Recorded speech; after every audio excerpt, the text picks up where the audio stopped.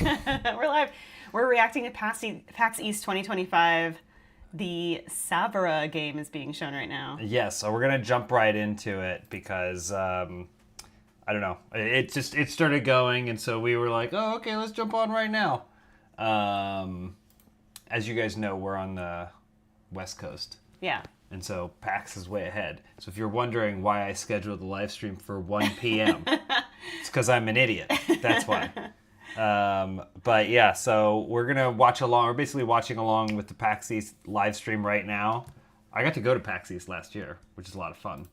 And kind of wish that I was there right now. Yeah, the game that we're watching right now is Savara. It's a roguelike. This style is beautiful. It's exactly what I'm into in terms of a game. Yeah. I wasn't into roguelikes for a while. But now you're all about them. But now I'm like, something like switched in my brain and I'm like way more connected to them right now, so. Could you turn on subtitles for just anybody watching that might need them, including myself? Because I watch everything with subtitles. I don't know if there are subtitles because it is a live stream. Oh, I see. So I apologize for that. But let me know if you guys can't hear. Also, the other thing you can do, I don't know if this is more confusing or easier, but if you want to open up the, try and find the live stream, as well, you can subscribe to PAX. Okay, and I'm seeing a lot of debate here in the chat from the couch. All right. Okay, semantics, people. All right, we're in chairs. The couch is here. I mean, I guess we could pull up the couch if you really wanted us to. We just figured we were doing it from our couch. Let's see. Savara is from Doria Games. Mm-hmm. Play as Savara. Oh, and this colorful action roguelite. Yeah. Participate in the festivities organized for the pleasure of the warrior god. Equip your best weapons, prove your valor against powerful monsters, and permanently engrave your name in history. Say the Cosmos? Cosmos? I don't know, it may have been a heavily accented Cosmos, but...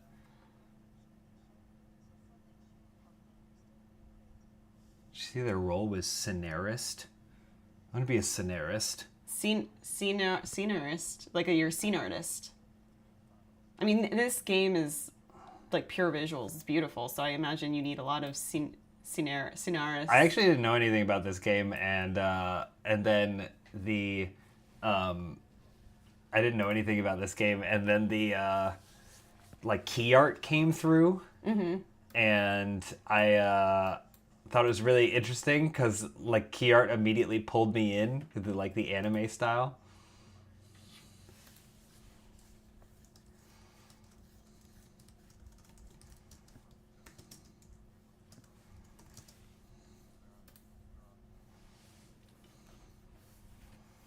The couch is more in focus than y'all, so it's technically true. How dare you? How dare you?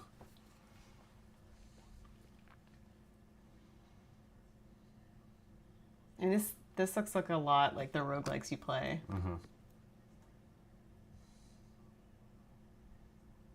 Because we have roguelike and now roguelite. What is the difference specifically? I think roguelite means close, less stringent to the rules of rogue-like games. Okay. That's sick.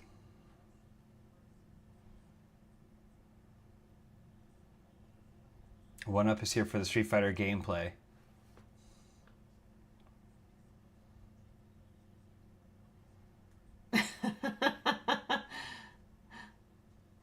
So the dragons are voiced by chickens? That's pretty great.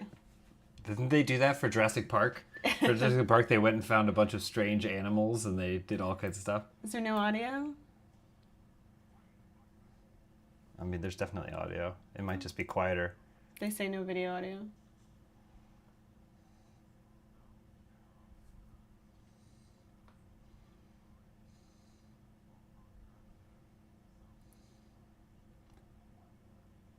They're like us. They don't have a couch either.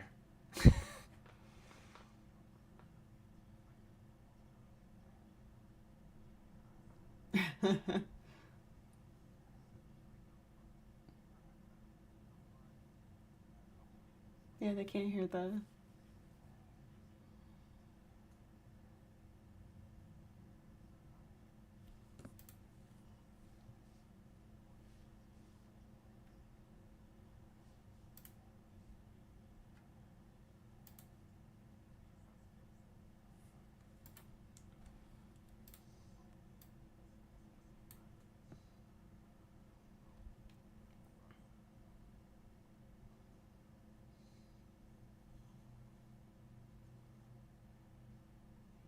maxed volume and it's all static. Let me see. It's coming through on OBS, so I can literally see the levels right now.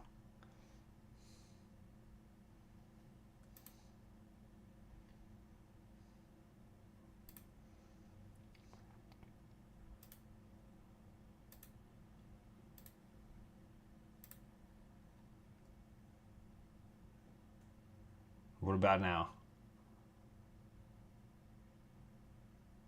That looks like a Cubone.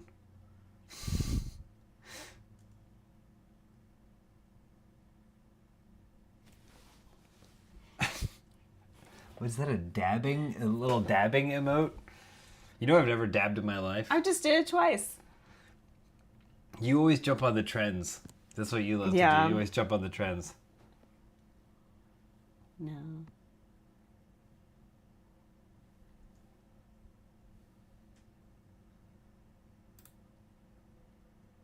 This dragon's almost dead. The Poltrigon Rex. So yeah, a lot of bird inspiration here. I mean, look at I guess dinosaurs, birds. Makes sense.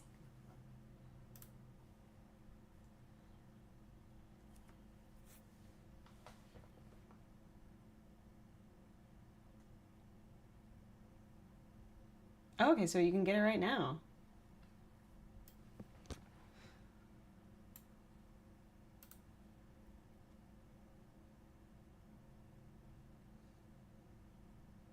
Oh, there's a webcomic. I love when video games do comic tie-ins, especially if it's kind of like a little bit of a prequel or preamble. Yeah. Media tie-ins in general, Yeah, I miss. I'm all about it. Building the universe. Oh, you're into that one. No-handed push-ups? Wait, how's that possible? Have you ever done a no-handed push-up? How's that possible? What's that? Oh, what is this? Oh boy, here we go. Okay, here we go. You got Elyse, you got witches. Speaking my language here.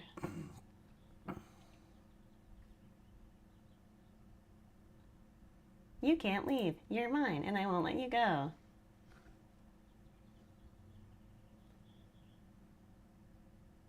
Oh, she's aggressive.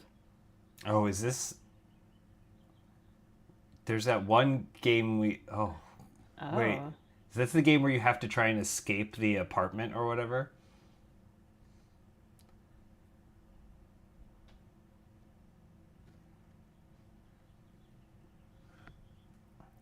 So yeah, if you guys are just joining us, we're hanging out. We're watching the PAX live stream.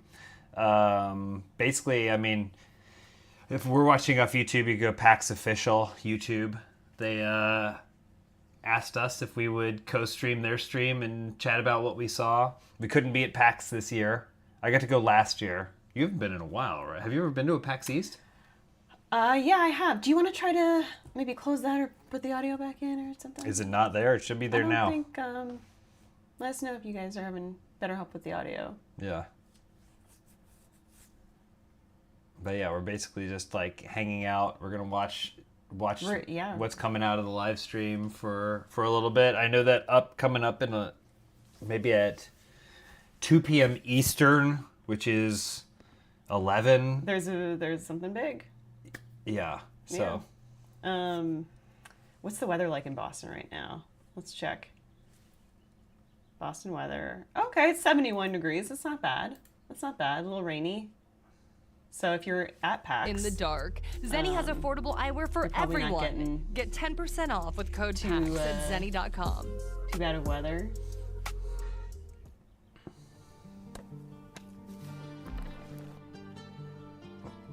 You can still hear us, but not the PAX stream, which is weird. Would it help to like maybe close it and put it back in? No, we're watching it.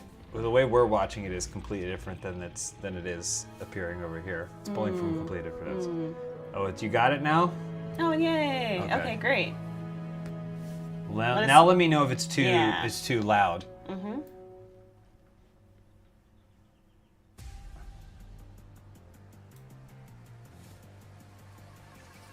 I actually wasn't sure because we saw a couple previews of what was going to be shown, but sometimes I think it's fun to like not know. It's fun to be surprised. Yeah. And especially now that we don't have E3, it's nice to look to other conventions and other reveals. Yeah. But yeah, thanks. I know this is early, especially on the West Coast, so thanks for everyone for hanging out with us. Also, again, anyone who had seen the scheduled stream start time for 1 p.m. That's on me. That's on me. Look at these games. What is it? Will we see the Pope announced at PAX East? You think that's where they're going to announce it? Big Vi says, I met James at last year's PAX East. It was the highlight of my trip. That's so sweet. Oh, where did you... Because I was there for Killer Clowns, but where did you run into me? One of my favorite moments from PAX East last year, other than me trying to coordinate a time to hang out with Blizz and it just never happening, was I just went to go say hello to Damien Haas. Name drop. And I was like, oh, I'll just go say hi to him. And when I was waiting to go say hi to him, someone who was next in line was like, are you James? What the hell are you doing here? And I was like, I'm here to see Damien. Are you ready to be shocked? Yeah, we're gonna hang out for a couple hours. Tell your friends. Yeah. Tell your family. Yeah. Tell your business associates. I don't care about your business associates. They're gonna backstab you anyway. I don't trust business associates.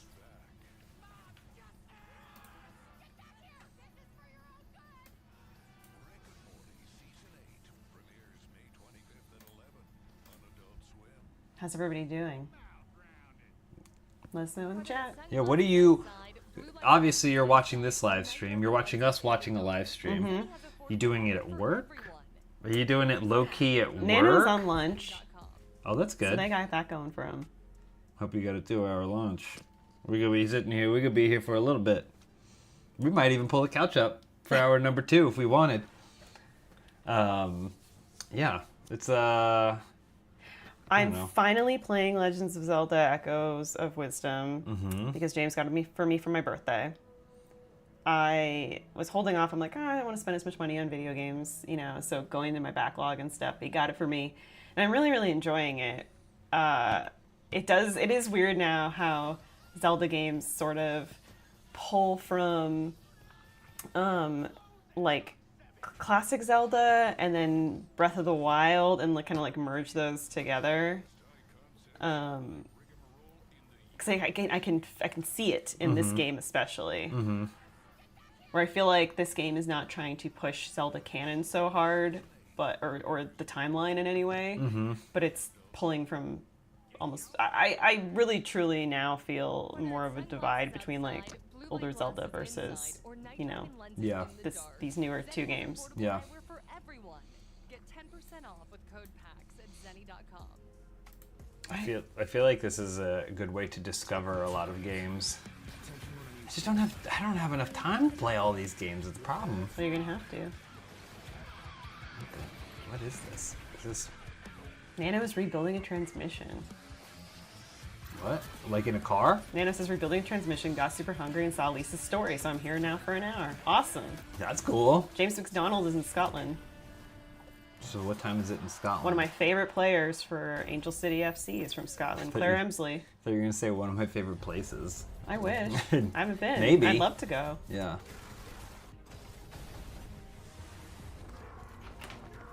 Yeah, they just showed off Savara, which is a roguelike, which is pretty cool. It looks light. I mean, you're a big fan of Hades and games like that, so it seems like something you'd be into, right? I used to have this preconceived notion that I'm like, oh, but these are games that you just repeat, you run them over and over again. And I was like, but that's not fun. I like to progress. And then ultimately, the more I played it, those types of games, I was like, oh wait, if the gameplay is awesome and really fun, sometimes it's more satisfying, So.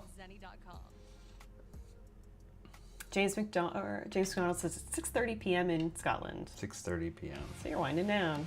Not Dan Brown. Have either of you 8 played hours, Expedition 33? No. Not Thinking yet. about it. Not yet. Oh, Killing Floor 2. I think Developer it's panel Killing May Floor 10th. 3. Killing Floor 3. 3? We're at 3 now. Oh my gosh, Right? May 10th. Right. It's Killing Floor 3, right, everybody? Yeah, we're going to be watching some PAX stuff on Saturday again as well. Yes. Yeah. So, We know what time that starts. Okay, so we missed story time with Greg Miller. No. I love Greg. That was an intentional miss. But yeah, so we have Mafia, the Old Country, which I'm excited to see. I watched a little bit of it, but I'm excited to see more of it too. But yeah, we're just gonna hang out for the next little bit. Yeah. And I can't believe how many of you are actually here, given how early it's, during the workday. Yeah. So. Yeah. But I don't know. This is I like that we do these like live stream things now, like these events. Yeah, you can hang out and watch along with folks and get real time feedback from people how they feel about stuff. Yeah. Is always what's exciting about watching these streams live. Not everyone can go, Not everyone can go to these events, and they're a lot of fun if you get to go. It's really cool. But if you can't, this is like kind of a fun thing to have on. I'm also the kind of person who, I like having long events where you can just like kind of leave it rolling, and like stuff like games done quick and things. I'm like, anytime that happens, I go, this is great. There's always going to be something on, like a Friends marathon. Yeah. Well, and PAX for me has always felt like a very homebrew kind of. I know those conventions have gotten bigger and bigger and bigger, but it came from Penny Arcade, and so it always feels like a convention for gamers from gamers, which is really, really, and they always do awesome merch. Some of my favorite stuff is from PAXs of the past. Buff Man's watching from England, and this Buff Man's watching from Los Angeles. That's true. That's true. We're not so different, you and I, Buff Man. Probably gonna have to do a workout after this. Are you still playing Blueprints? I am still, like, it's basically if I think I have time to play a video game, that would probably be the game that I would play. But I just haven't had too much time recently to play something. But I would like to play more Blueprints. Yeah, I'm not sure what else is on the docket. The other things on the docket for me is you have been playing Blueprints though. I have been playing. Did you finish it? No. Well, I don't know that anyone's finished it. Oh, it's unfinishable. It's because it is a roguelike. Kind of, yeah. I mean, based on the discussion on the subreddit, there's still like open mysteries, and it might just be because there aren't answers yet, and future updates will solve those. But there's still people that are like, I have this clue, and I don't know what it relates to. But the initial premise of the game I have completed. Okay. But there's so much more after that. Kind of like a Rick and Morty new season commercial. It's so much deeper. You may feel like you've seen it, but you actually haven't seen it all. Hannah, I'm so glad that you can join us. But I hope you're getting a fun personal day. You're taking care of yourself. Getting some relaxation and playing video games too. Yeah. What is this QR code for? Oh, Elyse scanning it. Cool Here comes QR. the virus. Here comes the virus for No. Elyse. Let's see what she gets. Oh, it takes you directly to Bitcraft Online. Huh. Oh, there. I also got there too. I also got there as well. Without the virus. What?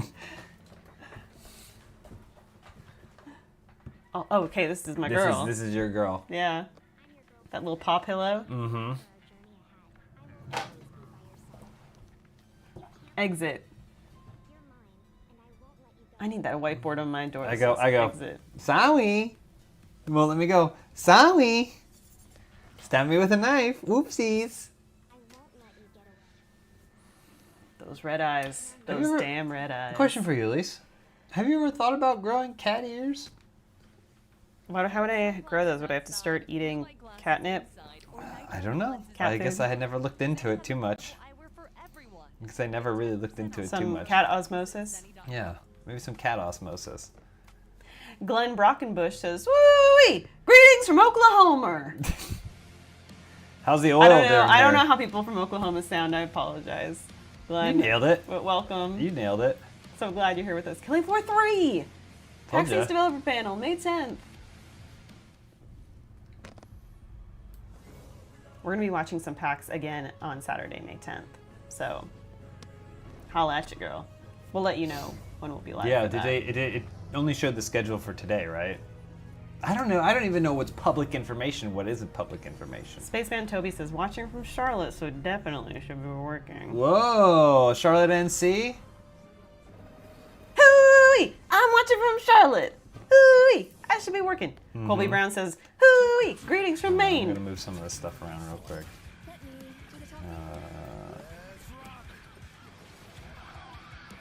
Levi says, excited to see what PAX is like this year. First time I am going since 2017. Oh, wow. So you're heading there right now? Cool.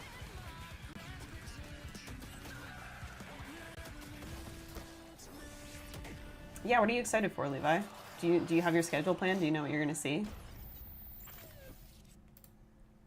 He's like, I'll get back to you. Okay, he's like, whoa, whoa, whoa, whoa. I wasn't ready for this interrogation. I'll get back to you. Zenny has affordable eyewear for everyone. Get 10% off with code PAX at zenny.com.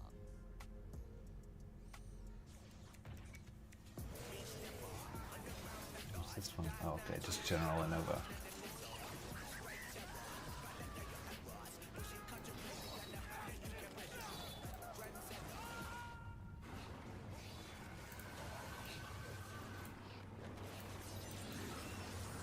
Trying to build a second scene here. That's so we can switch back and forth.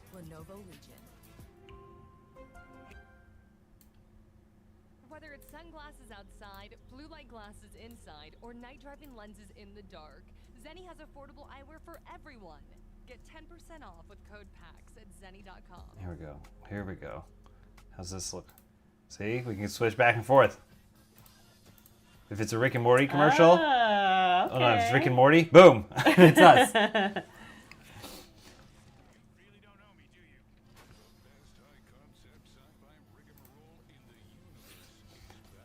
Yeah, if you guys are just joining us, we are streaming super early. Not Dan Brown is a part-time home husband in Cincinnati. A home man? A fellow home man? Fellow home man loves watching PAX East live stream.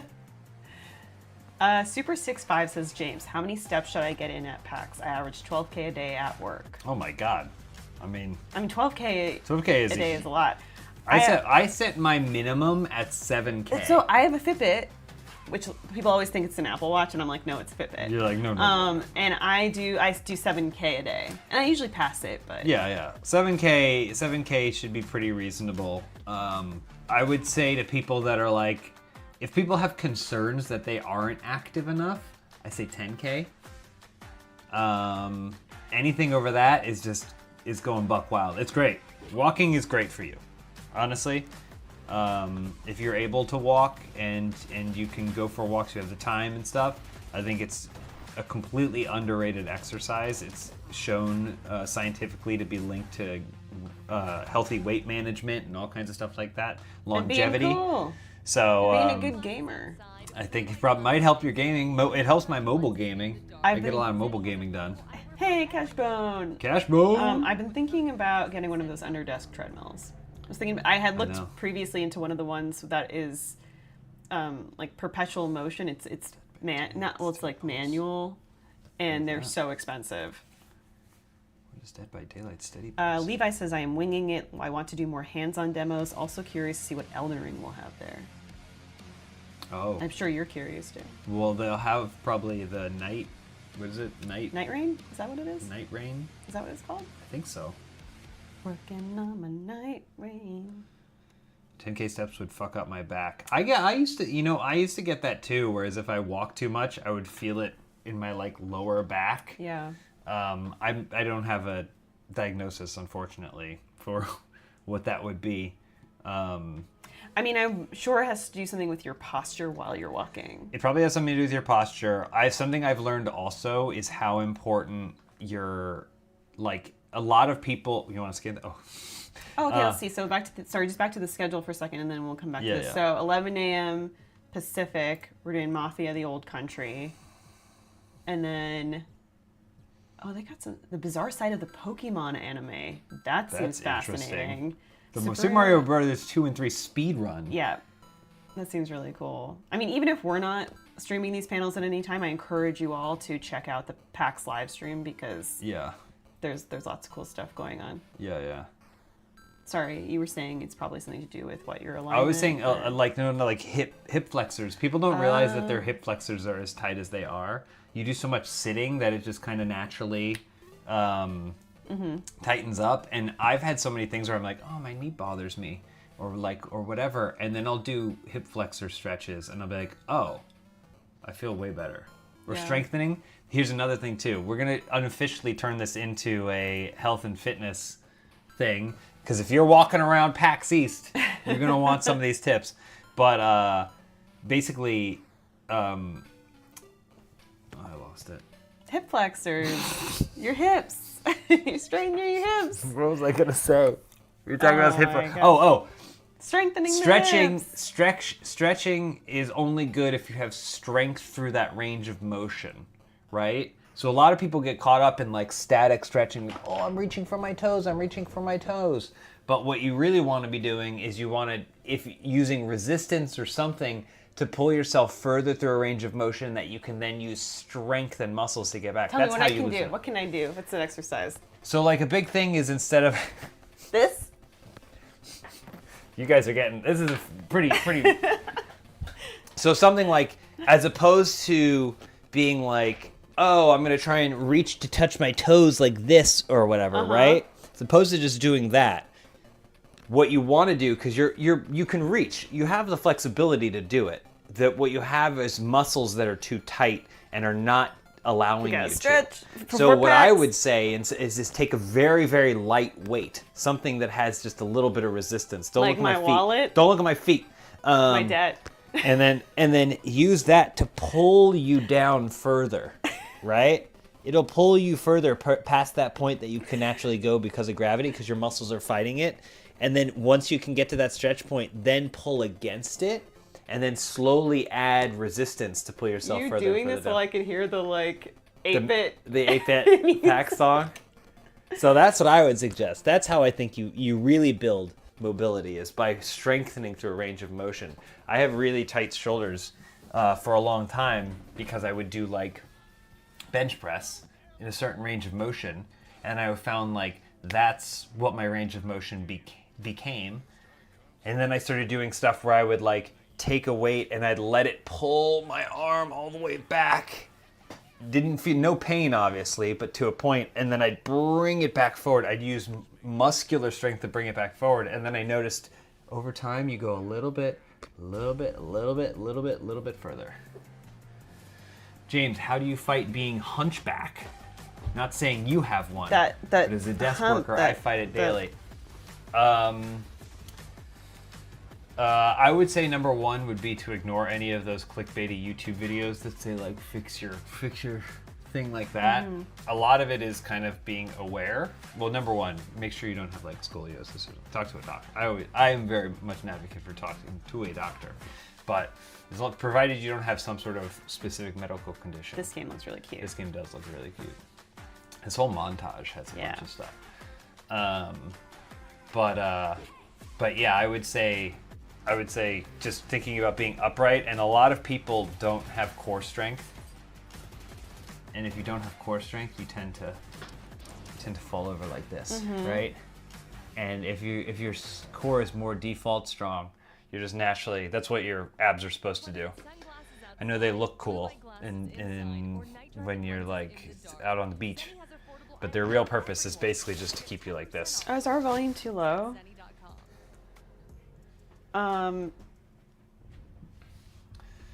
So.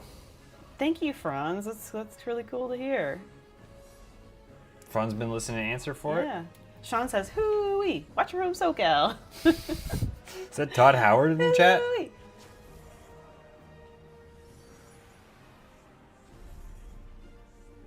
Sometimes I think about how some of the things YouTube stuff that happened was ahead of the curve, and I really think that if the Todd Howard oil baron Todd Howard thing were popular now, it would be the kind of thing where it randomly shows up as like a meme at the Game Awards or something. Oh, I see, okay. It's probably for the best for everybody involved, but that isn't the case. Yeah. But hey, Willems is new American Pope. Elyse and I actually are both going out for Pope. Yeah, we tried. It's a great schism in this household, honestly. Wait, did they vote? They can't have done it already. There's already a new Cardinal? Pope? Yeah, I texted you guys. I texted and I said, new Pope. Oh, I didn't know that. We got an American Pope? He's from Chicago. Chicago, Chi-Town. Shot City. He goes, first rule of God, deep dish pizza is pizza. Yeah, I saw the key art for this. We chatted over this game earlier. Savara, yeah. Savara. This is a roguelike. It looks beautiful.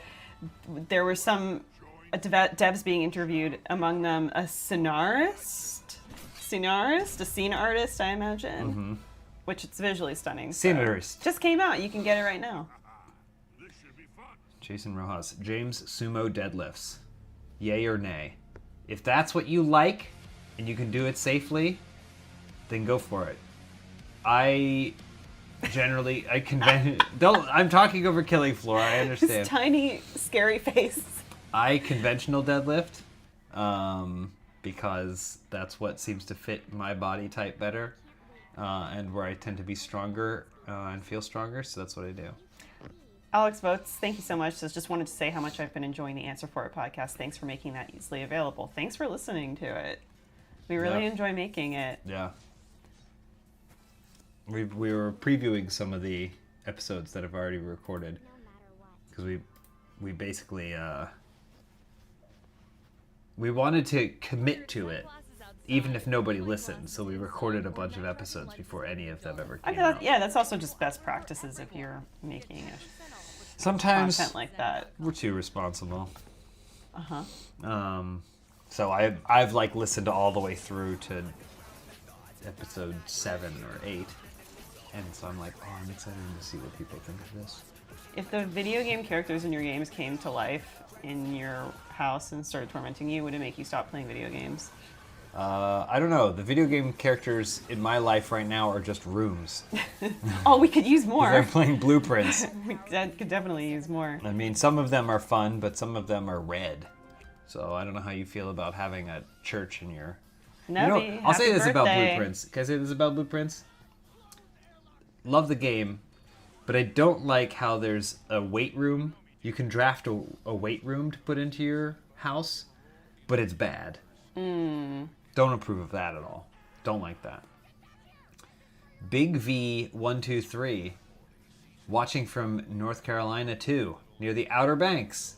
Hell yeah. The Outer Banks. That's the Outer Bank part of North Carolina. Outer Bank meaning by the coast? Mm-hmm. Basically, it's like a long string of islands and inlets on the outside. Just probably- beyond the coastal plains. It's probably where David Sedaris has his summer house. Big V, can you tell me the 3 environmental regions of North Carolina? Did you also learn that in school growing up? I already gave you one. Pavel says greetings from Poland. Don't know nothing about Poland. Sorry. Don't know anything about your geographical regions.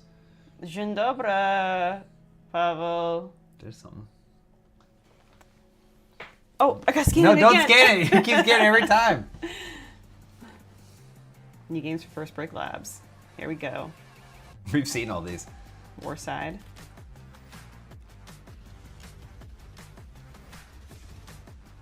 Just indie num num num num num. I know. We're waiting for that Mafia reveal. I don't know if it would be a good financial thing, but how Game Pass, I mean, Game Pass has indie games on it too, but there was a bunch of indie studios that got together and was like, listen, for $5 a month, you can have access to all of our indie, all this great smattering of indie stuff. That might be a pretty good deal.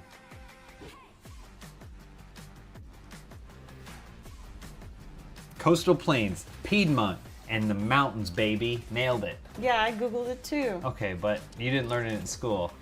Big V pulled that right out of their brains. CW, thank you so much. It's so nice of you to say. And to everyone who's watching with us now, I know it's early in the day. Some places, I should be asleep right now. if you're in North America. I know if you're in England and Scotland, it's probably a little bit later in the day. And I know if you're in Australia, well, you're on your own there. Okay, I can't. We pray for you. Oki says, gone back to Game Pass for Oblivion, stayed for Expedition 33. That is kind of, a friend of mine was like, just get a month of Game Pass for Oblivion, Expedition 33, and Blueprints. You think you'd play Oblivion? The Oblivion remaster? I'd probably play a little bit of it, see what it's all about. I never got into it. You should. I tried.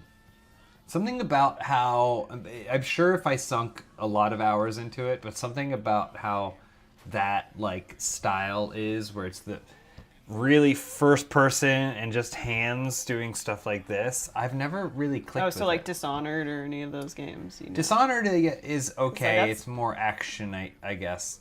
But even even Dishonored, I would have a major issue because I felt like in first person you're sometimes feeling like you're really in cone vision, and you're supposed to be some sort of elite thing. It can be really hard to figure out what to go and what to see. So I would get like caught by guards playing Dishonored, and I'd be like, I can't see. Bioshock. Old eyes. I Yeah, love Bioshock is though. another one too, where I'm like, yeah, it's definitely a specific play style. I feel like hand-to-hand combat in first person is really difficult to do. So Dying Light, that's first person, right? Yeah. That's what first person's all about. But Dying Light is a perfect example too, because generally that's how they balance it. You only want first person where it's like the barrel of a gun. Yeah. Or it's like a slower paced thing. Dying Light is a perfect example because they have the POV version of the monster or the killer, and that's a lot of times how the regular people are able to slip away. So you would prefer a third person action game? I think so. I like third person games. And I like if it's a video game where there's a really, really cool designed character, I like being able to see the character. Mm-hmm. I'm superficial like that. Yeah. You know? Yeah. I want to see the character. I think that's another reason I didn't play Cyberpunk, because I was a little concerned. I've watched videos of Cyberpunk and it seems like it moves. Like it really moves and looks really good, but in the back of my mind, I'm like, I have doubts. But, we established that I like roguelikes now, so maybe I just need to commit to it. A rogue for a rogue. Mm-hmm.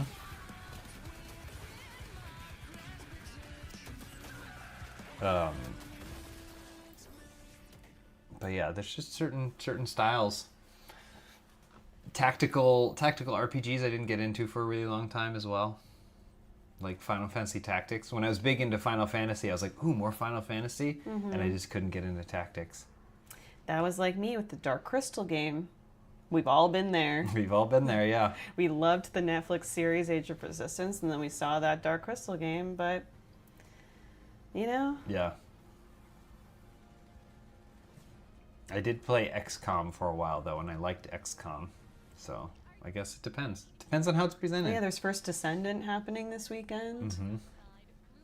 That game's really developing a player base and a lot of big fans. In about 15 minutes, I think there's going to be a big Mafia. That's what we're waiting for, 13 minutes from now. So that should be fun. But what else is going on? What else is going on? Don't worry about the tiny eyes. Just that. I'm sorry. That guy for Killing Floor 3 cracks me up because he's scary. He's got like a Hellraiser vibe to him, But then he also feels like he got a tiny mouth. He got the beady eyes. Nano, welcome. Nano Mishima. This schedule is cool. Any relation to the Mishima clan? Stacked this day. Tomorrow has a lot of horror on the Yeah. schedule too. If you're a horror fan, I would highly recommend going back and watching Greg Miller's panel. Greg is always just such an entertaining orator. He's a great speaker, and he always Greg. I love him so much, and he is always really good at being really funny, playing up his character, which can be a bit of a heel sometimes. But then he always really gets to the heart of everything in a very thoughtful and sweet way. I like that the horror game YouTuber that they got is older than 13. Savara, we watched the showcase for that. That game is out now, and it looks beautiful. Yeah. And now we're waiting for Mafia. Though I will say that bizarre side of the Pokemon anime is intriguing, though I never watched the Pokemon anime. Did you? I did, yeah. I mean, I didn't like it was on, and I would watch it on. So what do you think the commentary could be there? What do you think the bizarre side is? Maybe it's certain things that they had to change. You know, maybe it was more adult targeting content aspects that when they brought it to America, they were like, oh, this character, we can't say that this character is attracted to Ash because he's underage or something. Or they're a different species. Well, no, I think the Pokemon are pretty much the same. I don't think they had to adapt. Well, the human versus a Pokemon. Oh, yeah, right. I appreciate that PAX is making this policy very clear. Mm-hmm. I think the coolest thing about PAX is you go there and then there's always every single stranger there has something in common with you. You know? Yeah. So. It's just I've found PAX to be a really, really good energy and people coming there with great intentions and just loving games and wanting to hang with like-minded people. Yeah. We don't really go to any things like that anymore. But, I'd like to. When we did, PAX was always like one of my favorites. Both PAX. I've been to 2 of them.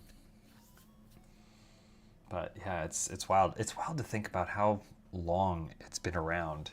Like it's a mainstay of everything now. Thank you so much, Cody. Appreciate you. Much to smash that with a like. Eons is pretty cool as well. They cover a lot of prehistoric content and dinosaurs. What's your favorite topic that you've covered on Won't You Be My Gamer? And why is it karate? Gosh. Have you thought about talking to a karate master? That hasn't come up, but I should suggest it. Here's the idea. I've been tossing ideas to Elyse that she and none of the people she works with over at Won't You Be My Gamer are at all interested in. But I'm going to toss in karate master, and I want you to talk in chat if you agree with me. Karate master, okay? Play a karate game, and then bring on a karate master.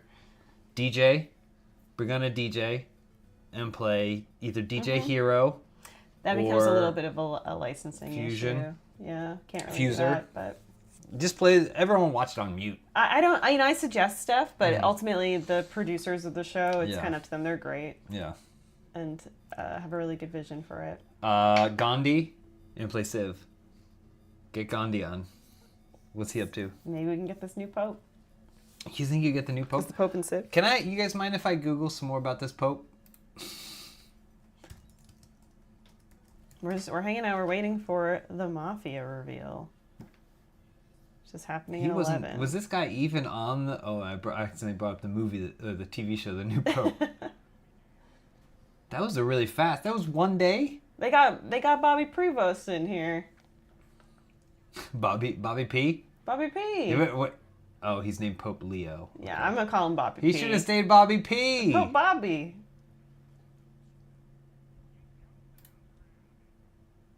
That seemed real fast, huh? I don't 69. Know. Nice. I just have a hard time imagining... This guy? No, just like any American being Pope. America doesn't seem like the First kind American Pope. I know, but it just doesn't seem like the kind of nation... No. Anyway. The United States, at least, seems like it's not old enough to chat be... here for a second.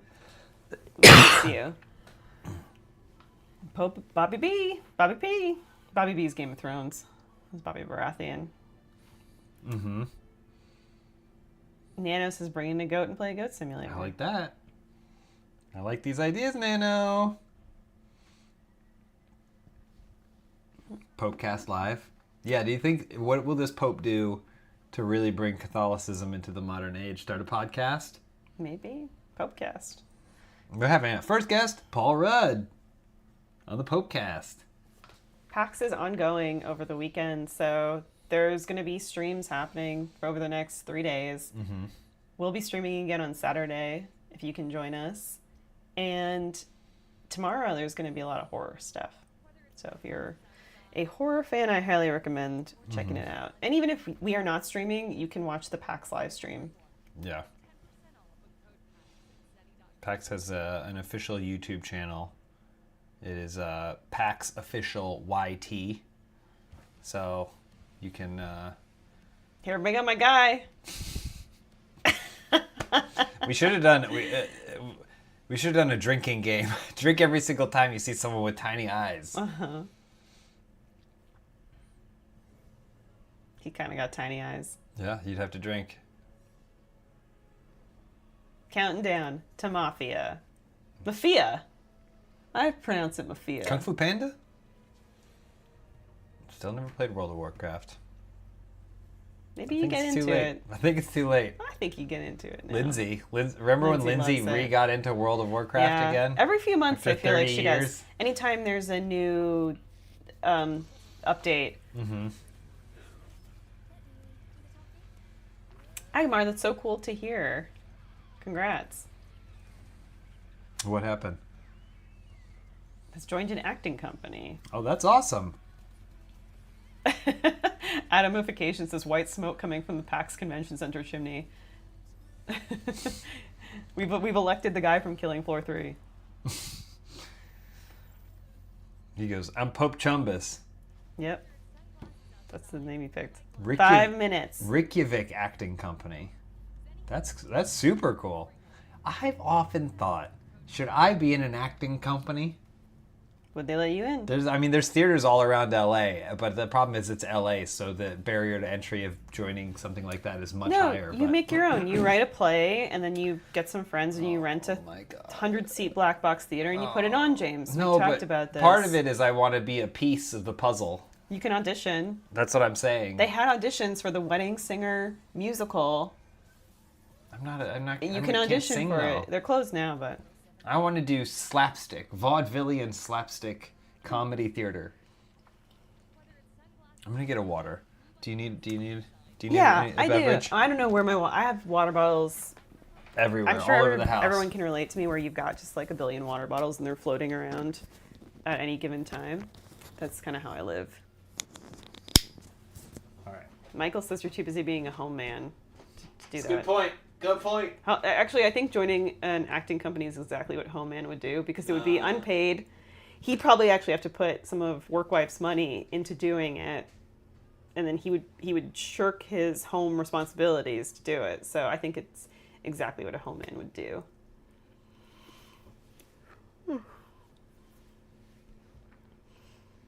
Where's everybody joining us from? We had some people from North Carolina. Hoo-wee. We had someone from Oklahoma. Hoo-wee. Someone from right here in Los Angeles. Hoo-wee. Fade's actually catching us live. I know. And I know we're kind of early, so I think we're getting some people in different time zones who normally wouldn't be able to watch the stream, so welcome. We're watching some PAX East panels. And we'll be back on Saturday watching more. Hoo-wee! Jeff's coming from British Columbia. Hoo-wee! Nano from Illinois. Hoo-wee! Next Level Devil from South Africa. Hoo-wee! Yeah, you guys are all over the place. Perth. Man, why are other people from Australia always ragging on Perth? Thank you. Isn't it because like most of the country is like the two major... They're all on the same side, except for Perth is all on its own on the other side. Yeah. Matt's from outside Toronto. If you tell me where you're from, I'll know where you're from outside of Toronto.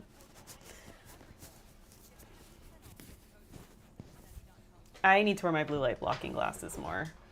Because I do I'm very photosensitive. Okay. Okay. Dead by Daylight, Steady Pulse. Yeah, I saw that. Is that what's going to be happening tomorrow? It might be. What is this? Is this Killing Floor? Yeah, what is this? It's our same tiny-eyed guy that we've seen 100 times. I didn't catch his number on his back. What's his number? K5? If you don't know by now. No, I need to know.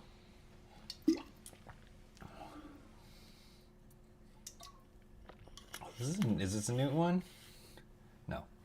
I need to know what his number is on his shoulder. We have to clock it, you guys. Do you want me to Gosh, I hope there's time for that. Oh, there may not. Whoa! Whoa! No! Do you want me to get you a t-shirt that has that killing floor guy on it? I want a t-shirt that looks like his body, so I'm wearing the number on the back of me. Like one of those t-shirts that has a bikini drawn on it on the front? Like one of those? The front is the bikini and the back is his number. Okay, on his I chest. thought it was, okay. Matt, I know Guelph. I applied to go to university in Guelph. Didn't go. Denied. Went to U of T. No, got in. Denied. Got in. Went to U of T instead. Up next, Mafia, the old country. This is what we were waiting for. Because this is we're taking it back. We're going back old country. to the old country. I watched the trailer for it. Well, James, spoiler. No, I mean it's a trailer out now. You can go watch it right now. Everyone could go watch. It's probably going to be, this is a different trailer that we're going to see more new stuff. But I am curious. I haven't played any of the Mafia games, but it looks like obviously it's the old country. Okay, is, because we're going back to the old What, country. Italy? Sicily? Sicily. Right? So there's the old country, but they still also had shots of them driving around New York. So I'm curious how much of it takes place. Oh, Where? maybe some flash forwards. Maybe 90% some of the flashbacks. game is on a plane. Not back just a and forth. barista says, picture it, Sicily, 1922. I don't have to picture it because the world premiere trailer will picture it Here for we go, us. 10:59. Oh really? Wow, that's quick. All right, let's roll into it. I'm gonna switch us. I got James's shirt. I love this shirt.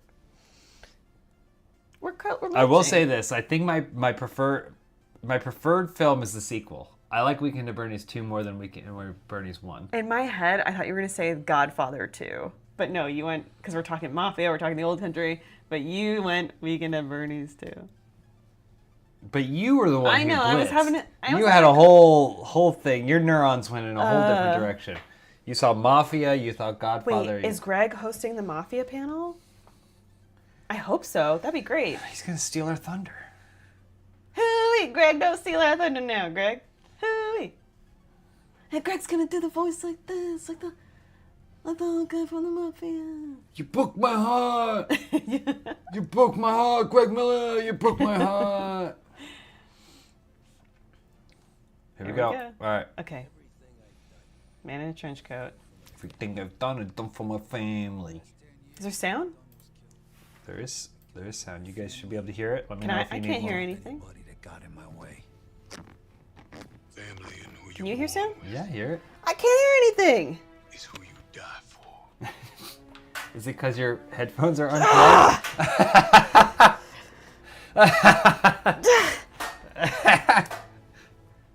Oh, that was it. That was the whole trailer. That was the whole world premiere trailer. You missed it. What's up, Boston? How are we this You get Greg now. I missed the whole thing. Boston, you can do better than that. I said Hey, Greg, I'm doing great. Is this Sopranos? At least I've never seen it. time got the Ghostbuster to yell. He still didn't clap. He yelled. I missed the whole thing. You want to clap for me? Stand up and clap right now. All right, everybody be more like the Ghostbuster.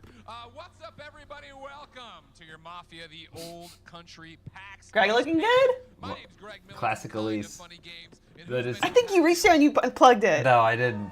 You missed the whole thing too. A lot of you They go, well, that's the end of their registered panel. games. You've been to bad PAX panels, all right? Today's about energy. You get to see stuff from the game that no one's seen. You get to hear straight from the developers. That's exciting. So when you see or hear something Consummate you like, professional here on cheering screen. Yeah, yeah. 3, 2, Much more 1, professional go. than us. He looked And when you comfortable hear too. something He you looks don't comfy. like Yeah, the game, kinda I funny like the kind sweater. of funny sweater. Kind of funny merch across the board. but the game's not actually Great stuff. delayed. That's what I like to see, everybody. He's got the All right, energy now up. look at the gameplay. He's getting the audience We're gonna have involved. some Mm-hmm. Spotlights with the developers, and then we are going to get to pick the brains of Hangar 13. But before all of that, let's watch He doesn't some even need to cool look at videos, those okay? notes. Don't unplug my. No. Come in. This country's old. You can talk. Let me watch. Oh, got horses. Obedience. They set the man apart from the rest. New Pope. Oh, you think they'll address it in the game? But this matter is not yet resolved. Will you help me bring it to a close? Of course. Under easy.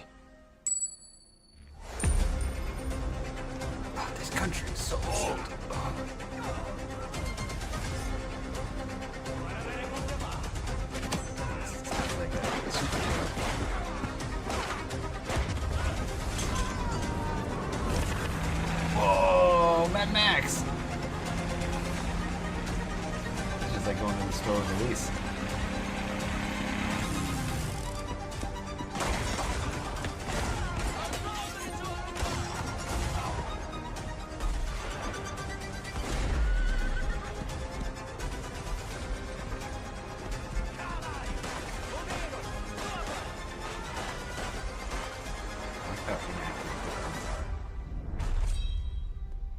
You again.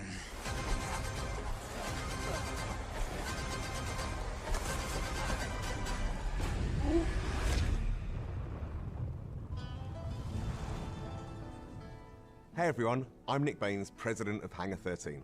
We hope you enjoyed Okay, this so new look at I'm gameplay. kinda into Mafia: that. The Old I mean, it Country. looks super cool. It has an We're just 3 short Uncharted months away vibe now from It getting does, this yeah, game to it, yeah. especially like those and kind we of can't chase wait. scenes when you're on Mafia: The Old the... Country Sliding is in the and out of origin cinematics. of the Mafia universe. Like this and as such, feels it's both a step Uncharted. forward and a I return like how the to bullets, fundamentals of the franchise. like, The it's heart the of kind of Mafia thing has where you get always been shot, deep, but then immersive you die storytelling, in 6 and weeks from Mafia: your The Old infection. Country is no exception.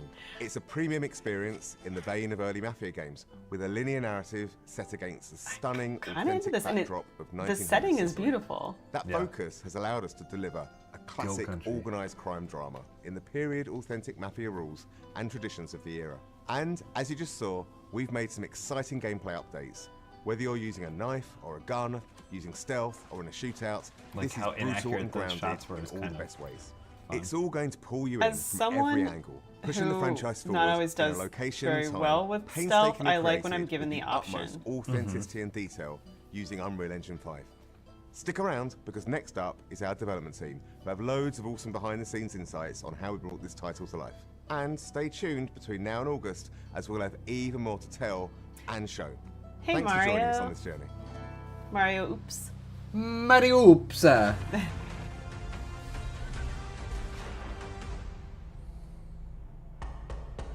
Yeah, I'm kind of into this time period. I'm pretty into the setting. Our I think top I goal might- for every Mafia You're gonna game go- is to go back to deliver the old promise country? to a player I might go that you're back gonna to the old play a country. classic mob movie. Mafia: The Old Country is a linear crime drama set against a beautiful Sicilian backdrop. The I wanna- first I step saw for us was shots. to make I saw sure shots that we where were they looked nailing like they were all driving of the around New things York, that players I thought, expect from a but- Mafia game. The quality of its storytelling, how immersive it is, how authentic it is. Previous Mafia games have been set in big American there. Okay, cities. that's We've taken the action and we've put our story in rural Sicily, in the place where the Mafia began. You really feel like you're transported into another time. It feels really unique and different, but yet really familiar. Yeah, Players are this- really going to enjoy that mean, aspect of it. I think I might play my first Mafia game. With crime Pope dramas Leo- is always the Pope protagonist. Bobby We P? wanted to make sure No, that Bobby our P's main not going to character, be in this one. Enzo He Savara, might not even lives be That's born. true. He's not born yet. standard, But which we've set in the past, and I hope in some ways even exceeds that. All of the men in this room are bound by blood. How do they get so Enzo grows hoarse? up in a social know? mine. They're always He's shouting. one of a bunch of children 'Cause they didn't that have are sold telephones. to the mine owners at this point in history in Sicily. This game Their is only life $50? expectancy is short, and they're essentially Really? seen as disposable. Enzo turns to crime as a means to make something of So himself. we're playing as The Enzo. odds are So have we stacked seen against Enzo him. in So later games? What does he I do? don't know. I've never He played any of the sees an Mafia opportunity games. for Say himself Enzo, I'm to gonna gain Google some status, Enzo, to gain some Mafia. respect. I mean, I think if I was going to name, if I was going to name I do. a Swearing the oath is the mafioso chance for him Okay. to from finally the be from accepted. the, He's found a So it looks family. like It's the thing he's Enzo been is searching from for his Mafia entire life. 3. But it comes at a cost. he plays a I young think players Enzo. are in for Yes. an emotional roller coaster. The high stakes of the Mafia then- life present opportunities. Maybe for the us game as devs will- maybe that storytellers will be a to question that take comes up. players and put players through the ringer. Or maybe it's like in terms father of what Enzo, happens maybe to the this is character, what Enzo happens to them in the Senior. game. You again. We'll see. If you were going to make a Mafia game, What makes a really compelling Mafia in gameplay Sicily. experience? The is all- you needed to all name Muppets. Okay, but hold on, that's not the question. Okay. And you needed to name the main See you, character. Nano. make what you do in the What do I name combat him? so much Yeah. more meaningful because you're fighting. That'd probably go something really Enzo. I go Giuseppe. Authenticity and Oh, okay. immersion are key. And so we wanted to take that philosophy from the storytelling and make sure that it was consistent in the gameplay. You know, whether you come for that core cover combat shooting experience or that white knuckle driving the driving experience, looks fun. we have Yeah, it that does look in really Mafia: fun. The Old It- Country, but it's it's got that unique. There's some Uncharted. downbeats, Looks there's like some he deep poured, storytelling like, moments, and then there's some like vodka high bottle intensity into the action. engine And I think that's what drive. makes Mafia missions and the general experience so interesting, is that we're constantly trying to change that roller coaster experience that you're on. Enzo's proving himself with guns, Adonis and is we Ferrari wanted Lamborghini. combat to feel like there was a scarcity of resources, so you have to be more tactical in the way that you approach combat. The knife has been an integral part of gameplay. It's a part of Sicilian culture. We wanted our gameplay to be immersive, to have a life or death kind of vibe. So when players are in a knife duel, when they're in a gunfight, they're genuinely fearing for their lives. My flesh must burn like this saint if I do not keep my oath. Bringing 1900 Sicily to life for us, it infuses every aspect of the development. It's about the characters, it's about the music, it's about the story, it's about the setting, it's about the vistas, it's about the vehicles, it's everything. It always starts with research, it always starts with immersing ourselves in the subject matter. So whether Sorry, that's we have a reading private every joke. crime book around the Sicilian I mean, Mafia, it's not really a private movies, joke. even driving the cars, You firing the can weapons. tell them. You don't have to give the details, but you can tell them. We even sent some folks out to Sicily. We were then able to take Let's all just of say those someone's dreams are finally coming true. translated into an on-screen experience, but also a story. And those two things are woven together in a way that I think players are going to really enjoy. More and more, I really feel like I want my media to be The Mafia that we escapism. see in Mafia the Old Movies that I'm Country is much watching. different than the The Mafia fact that we this is see set in in such some a of the other beautiful Mafia setting. games. It's a time-honored tradition steeped in secrecy. I'm like, and there's this yeah, sort I of want to deep spend honor that we see 15 within hours the in Teresi this family world. and within the characters there. The characters' relationships with each other, the way they You behave. must like those low-button is very shirts. much Oh my gosh, I would influenced thrive. by I would have setting and thrived Yeah. as a This is a Sicilian distinctive mafia. experience that I've never played before, and I'm sure that players are going to feel the same. Mafia the Old Country is our first Unreal 5 game. I always in the thought studio, performing in a game and like this it's would be really particularly fun. suited to the Sicilian setting. We've really Every been able studio to push gets the their boat first out in Unreal terms 5 of sort of the game, real tiny details on How beautiful that One of looks! the big ones for me is Metahuman. You have characters that have Did you see? really lifelike Did you see them? expressions, micro details. This is Many the times default when I'm starting model. Watching the game, especially on a big screen in 4K, I start to forget that they're characters rendered in an engine. They just look like real characters in a movie. I think crazy. that's the level of immersion that we want, and it allows people, I think, to really suspend their disbelief and go along for the ride. Enzo is beautifully rendered in the game, What and a I think stunning he's one of the man. most compelling got thick game characters eyebrows. we've seen for a long time. The thing I'm most excited about for Mafia the Old Country is finally getting the game in players' hands. The story pulls you through really quickly, and at the end, that- it takes that your looks so breath away, real. and it's one that you're not going to want to spoil for your friends. The visuals and the storytelling are absolutely. The thing excellent. here's Our setting's the completely important thing to distinctive. remember is Our that story like is graphics completely obviously unique. are This is a game incredible, that you but haven't there's played like before. The best crime lighting and stories have unforgettable compositioning twists, that's and this happening in game's no here exception. that Players isn't in just for a treat. graphics that has such a cinematic eye, and I think that's something that's really cool. That could be you with your pre-order horse. Clancy. And that's our panel, everyone. Oh, I thought you'd boo that. No, it was a boo moment. It was a boo moment. You got to get better at this. Ladies, gentlemen, and NBA. Greg's trying to get them to put your boo hands the people on his together panel. for, Of course, the team of development leads from Hangar 13, the people making Mafia the Old Country.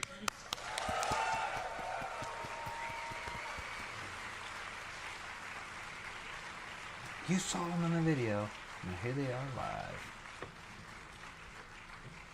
All right, let's start with first day of school kind of stuff. Who are you and what do you do? Hello, Greg. I'm Nick Baines. I'm the studio president at Hangar 13. I know him from the video. Yeah, I know. Game director of Mafia the Old Country. Oh, Sean Akar Hello, kills. I everyone. agree with I'm James. Tomasz Rybicik. I'm the cinematic director. Of course, I want to dive in to Mafia the Old Country and talk all about this. It's the new game, it's the hotness, it's that. But we would be remiss if we didn't call out the very beginning, the little trailer, the tease of this has been 20 I wouldn't know, Greg. years of Didn't see Mafia it. games. My What is headphones that? got unplugged. At least missed it, Greg. Can I we was roll sabotaged. Can we roll it back one time? I was sabotaged. Greg, if you're watching, roll it back. If you go back and rewatch our stream, when I said that I was going to go get water, I actually belly crawled back into the room. What up, Sid? Huge and important to us. But something also that people We got a lot of North realize Carolina here viewers in watching. 13, and they think about Mafia 3. They love or think about Mafia. Mafia Definitive Edition. Yeah, they do. Hangar 13. Definitive Edition, come on. I was having dinner with Ben Starlight. Name Like, drop. he was Name like, drop. no one talks enough about Definitive. I'm like, no one talks enough about Definitive Edition. I agree. But the thing is, people don't realize necessarily that Hangar 13 has a lot of people that worked on Mafia all the way back to the very beginning. We've got studios in the UK and in the Czech Republic, who, by the way, they are hard at work on this game right now. But they've taken a break to tune in to If any of the Hangar devs are watching our stream, just want to say shout out. We appreciate the cinematics of your game, the gameplay, and Elyse is going to become Mafia. That's beautiful. The two gentlemen to my left have been working on the projects for much, much longer, and they have Mafia running through their veins. I love how British people say Mafia. Mafia. I've been working on Mafia since 2007, so I'm a relative spring chicken compared to some of those who've been around for a little longer than me. But yeah, my first game was my first Mafia game was Mafia 2, which is still very close to my heart, very dear to my heart. Hell yeah! And yeah, I mean, I was as one of the fans that Nick mentioned. You know, like I remember distinctly playing the first Mafia game 23 years ago. So I played it. My first experience was as a player. Shirt says I fell in love with the franchise then. You know, it was really, you know, if you guys remember the first Mafia, it was one of the first games that really went hard on a movie-like cinematic experience. It really blew me away at the time. I just left uni. I was a film student, right? So I was really like big into the whole idea of games as movies at the time. South Carolina and here too? yeah, so when I finally joined the franchise a few years later. I was immensely excited and still am to be working on something, and I'm very glad that people still want to play this kind of games today.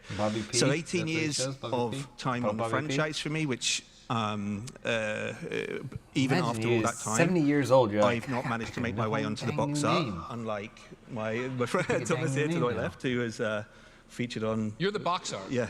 Yeah, it happened. What do we have an accent? What does that mean, he was the boxer? Like one of the artists just took the photo, we had fun, so yeah. That's me, 25 years ago. I want to see. I want to see. As a young mafioso. Cinematic director. So not so much a spring chicken. You've been around, Thomas. A little bit. Whoa. So yeah, it's been incredible experience working on all the Mafia titles. What?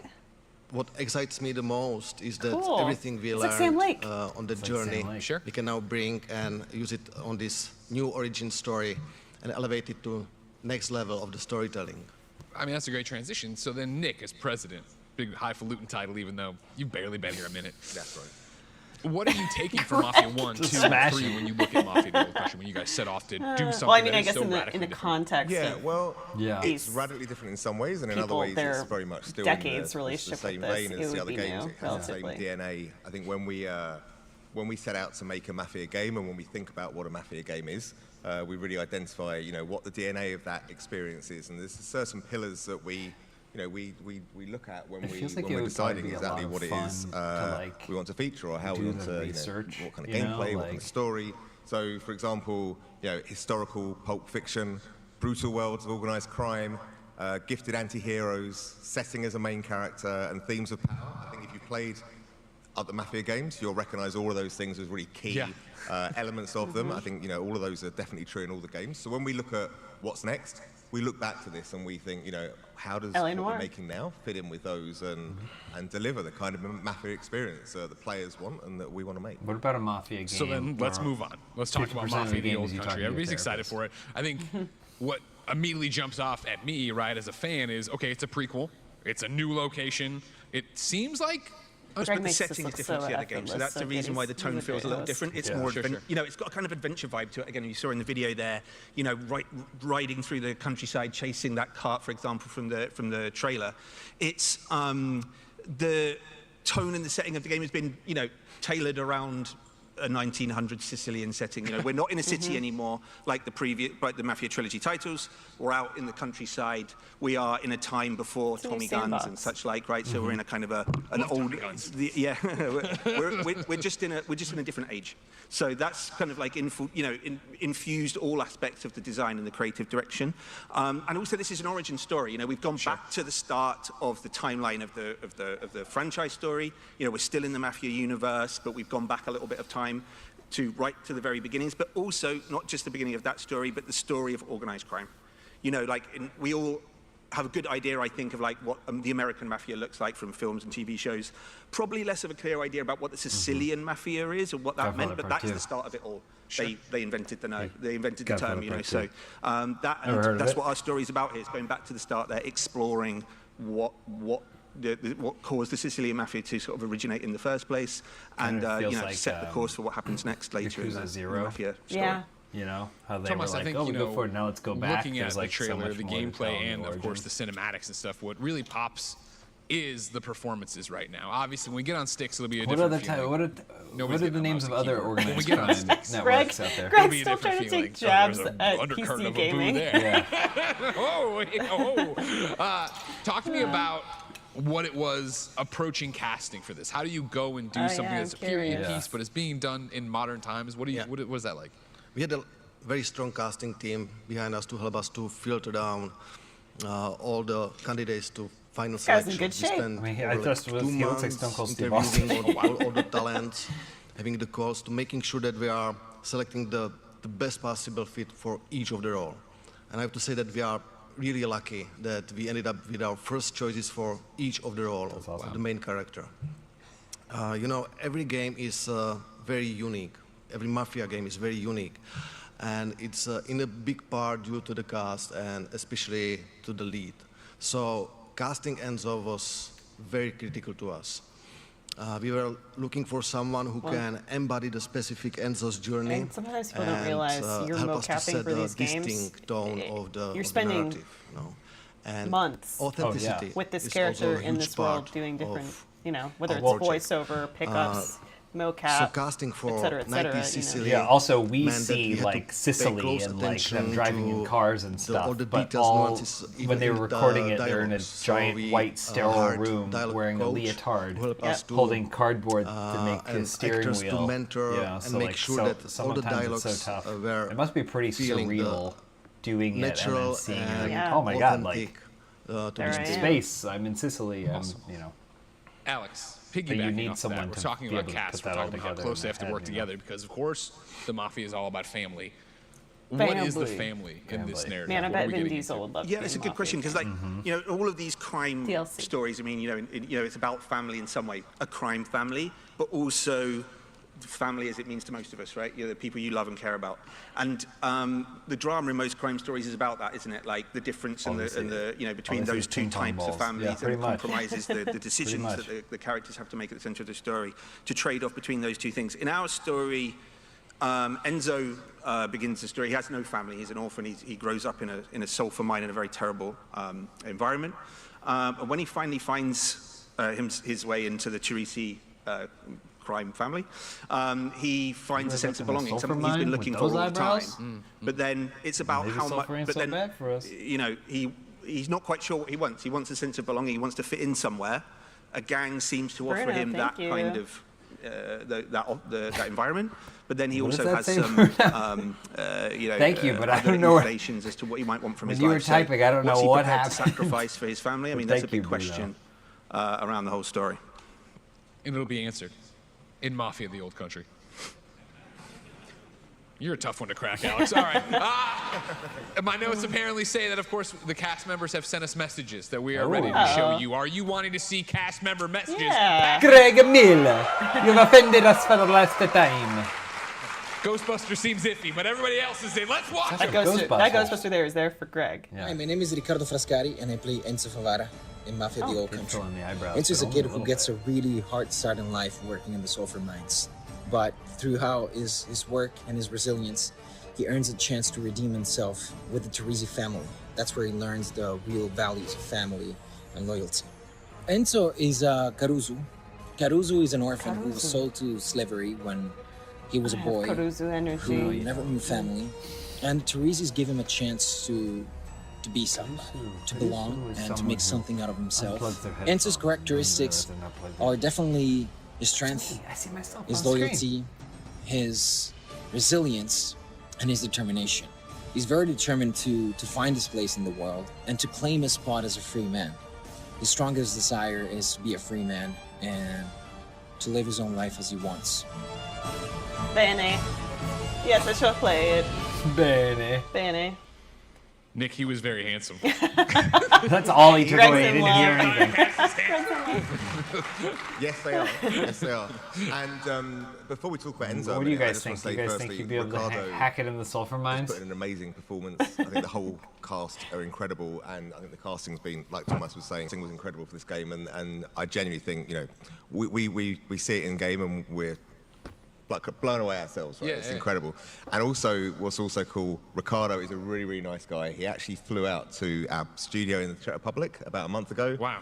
And hung out with the team and played the game. And yeah, so he's a top guy, as well as being what I think is going to be Enzo is one of I think going to be the next fan favorite character. Blade Runner 12. I was in Ninjago his story is really emotional.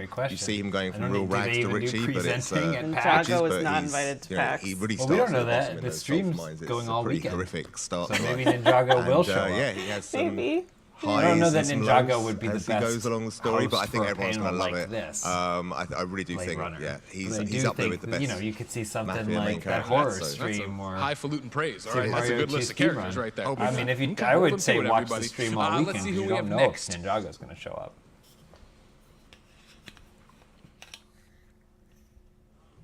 This is where you boo. You can boo here. I really boo. Thank you. You're getting it. You're getting it, everybody. And that's our panel. Well, I hope you're happy, everybody. You ruined PAX East. Panel number 3 of the day, and everything dies?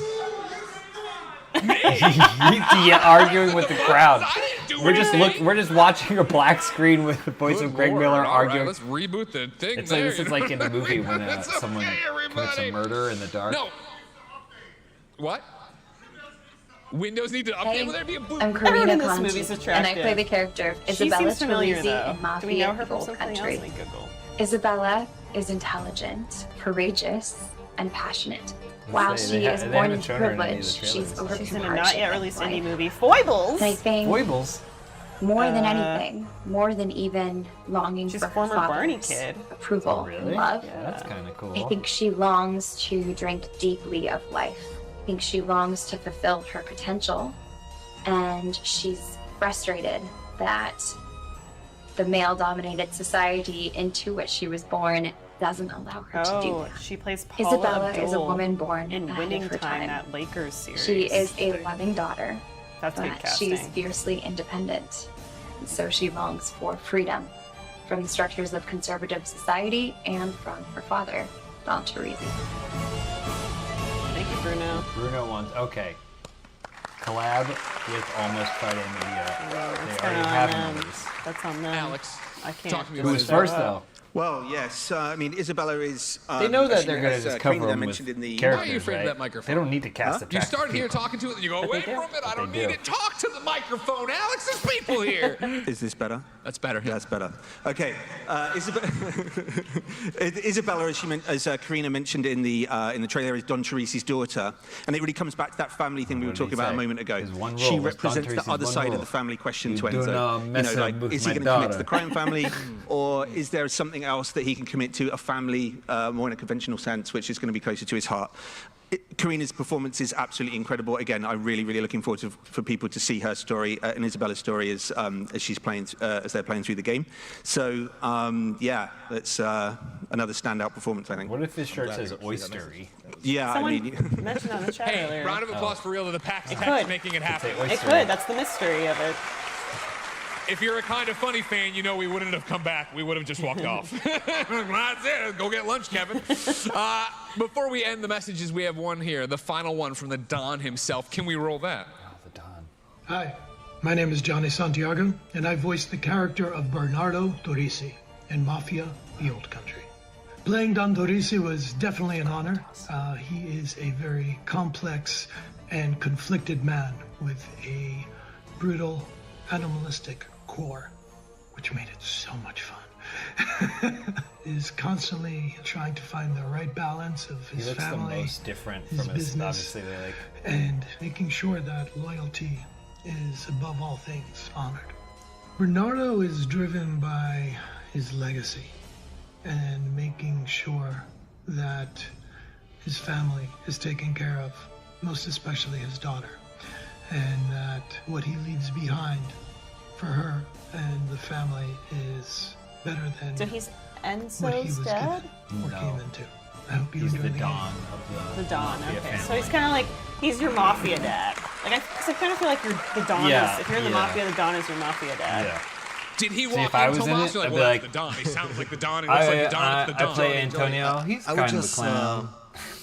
correct him slightly. He's kind of a because goofball. He he's said kind he's of a the clown. voice of the Don Torisi. But he's He also created the depressed. full character, Sometimes he goes to talk to a the doctor, full and the doctor performance. tells him to go see a clown show. And he did I play Maria. great Her and awesome headphones are job, always as you getting can see. unplugged. Don She doesn't know Torisi who is the does it. patriarch Old country. of Classic Torisi's old crime country family. vibe. Yeah.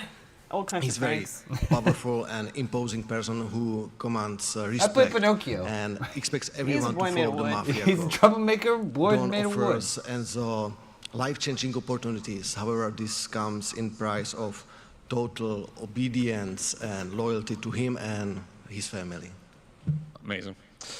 I think it's important, obviously, the cast of characters we're going to play as, interact with, all that stuff. But as you guys called out, Nick, in the front with your pillars and stuff, the setting has to be a character as well, right? So talk to me about 1900s Sicily for the old country. It's not something you can just go visit, like, well, you can, but it's not like it was. Like, how did you go about going back in time to do this? Going back in time would have been hard. But Yeah, yeah. that would have been helpful. I think the thing with Sicily, which is incredible, is as a setting for a Mafia game, it's totally brand new and fresh. It is an incredibly beautiful land. The countryside is amazing. The architecture is stunning. How come but the buildings it's look old? the birth of organised crime. Shouldn't they look new? It's where there's a dark They should underbelly call it behind New doors. Country. There's Because at the bad time, things happening I'm in turning the Uncle Big shadows.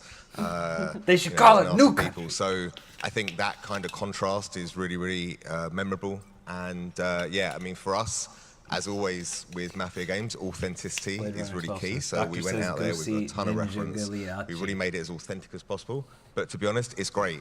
There's not that much artistic or creative interpretation required because it is such an amazing, larger-than-life, beautiful environment. Yeah. So yeah, it's The source a material really, gives really you so great much. setting for this kind of story. But Doctor, Thomas, what I is am the Ninja research? Giliachi. You guys went there, right? We saw that in some of the videos. Nick mentioned the authenticity is a really high priority to us, so the research was very extensive. But the best for us was how to immerse ourselves, was to send the dev team over to Sicily, to walk the streets, to feel the climate, to talk to the people. Eventually, we even talked to the local historians to learn what the life was like back then. What we love on Sicily is the contrast between beautiful country of the Sicily and they never harsh, came out. They life sent them down the hole to conditions say, that "Get to people work." had get in there, face right back back in. then. It was even more obvious when we went down to the sulfur mines and learned how brutal and dangerous the life was there just to survive. Actually, you were there on the trip, so... Yeah, it's a tough life as a game developer, going and touring around Sicily. To holiday, I was not that lucky. It was, I mean, the hotel didn't have a spa or anything, but everything else was great. Well, they're booing him. This is Greg's fault. Yeah, no, it was great. We get, to really represent the authenticity of the environment. As you say, Thomas, about creating a game experience that's very immersive, that really transports you back to the time period and particularly to that location. It's very important to actually go and see it for yourself. Is the setting working with the themes you're trying to go with family and all that? Well, there's plenty of there's a whole range of stuff there. So when we went to Sicily, we visited sulfur mines. We visited in the Greek ruins. We saw some images there. Don't push me down the mines. Makers and people that fight with the Sicilian knife fighting, all kinds of stuff. We ate the food. We spoke to the people. That is one thing I haven't seen. How much does learned the food swear play words into and the this game? gestures and all of the other stuff. So there's some, so we really can good translate food that into a game All I experience, know which is is never get as authentic into, as everyone's expecting from a Mafia game. Wits with a I Sicilian. understand it was probably a million Rule different number one. things, Alex. Well, that's why I drink But poison every day. When you go there and you're talking to local historians or just people, are they stoked when you're like, we're making a video game about here? They're like, oh, is it positive? If you missed it, so Bobby P. Yep, Bobby P's new Pope. Can you believe that they got a new Pope while we're watching Mafia the Old Country on the live stream? And again, I hope particularly players in Sicily, we've got What are the odds? we took that a little one stage further as well. I think our Italian localized version is actually also in Sicilian. Oh, that's awesome. Cool. So yeah, if you want to kind of play through in Sicilian for a little bit more of an those added are the touches that you vibe. can give to games that elevate That's there too, which is right? great, And which is really cool. I was playing it last week, and It's because it's the things you don't have to do. It's things you different kind of choose to vibe. do because you feel like it is more in line with the game Nick, you are let's trying pivot to to do. game. Well, they mentioned Of course, earlier we're all in their presentation gamers authenticity. here, right? We love is part of this. gameplay. That And was a big deal to see the gameplay that- trailer today for the first time. what were you guys trying to get across with the gameplay trailer? Well, the first thing was to hopefully make it really clear that if you love Mafia, you're going to love Mafia the Old Country, right? I love the Mafia. This is classic. I mean, I wouldn't even say that because I'm new to the franchise. Modernized. I'm excited for this. I think it's going to be. Yeah. But if you like it, if you like Mafia, you're going to love this. But the other thing as well was to really show the variety of gameplay as well. The fact that, you know, there's knife fighting now. The combat's much more grounded and gritty. I hope that came across. You know, there's horses as well, which big deal. A new thing, right? So, yeah, and the jewels that you saw with the knife. So I think the big thing was, this is familiar, but it's better. And it's and also I think the other big thing really was just to really give a taste of how this setting gives a new twist. How when they were doing the gunplay, it was like just yeah. firing all over. Yeah. Alex, back on you. Talk to me about it was trying to combat. feel realistic, but then also fighting, feel like a fun video game, which I appreciate. Is it what we exactly expect, or is it a take on it in the Mafia world? Well, again, we tailored combat to the time period and the setting. We're talking about a time before automatic weapons. So, but also we're talking about an environment that's very sparse, that's very rugged, and actually, we also another kind of angle we wanted to take on the design is kind of to channel something which was a bit more from the original Mafia game, where combat was a little bit more challenging. It was more tactical. With Mafia 3, we went in a more kind of like bombastic sort of combat direction. We wanted to like pare that back, make combat feel more dangerous, kind of like having to survive combat encounters rather than just blasting your way through them.